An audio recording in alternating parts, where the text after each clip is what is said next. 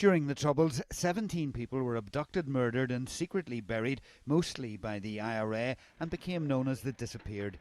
Since 1999, when the Irish and British government set up a commission to locate the remains of the victims, 10 of the bodies have been recovered. It's been a long time. Do you remain convinced that there are people out there who have the evidence, the hard evidence, that could find those remains? Yeah, I'm convinced. I mean, the last couple of years there was 3 or 4 bodies were found, and that was through, the forensic team that's in place.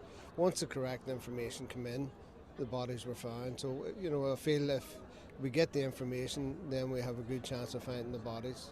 It's about asking them, appealing to them, to think about what it must be like for these families year in, year out, and to think of what it must have been like for them when they finally realised that their loved ones weren't coming home. They could bring these families peace.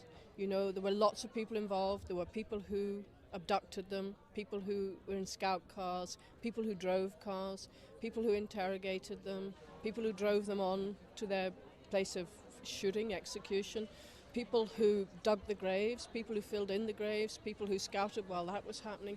This wasn't 1 or 2 people. This was a big group of people each time.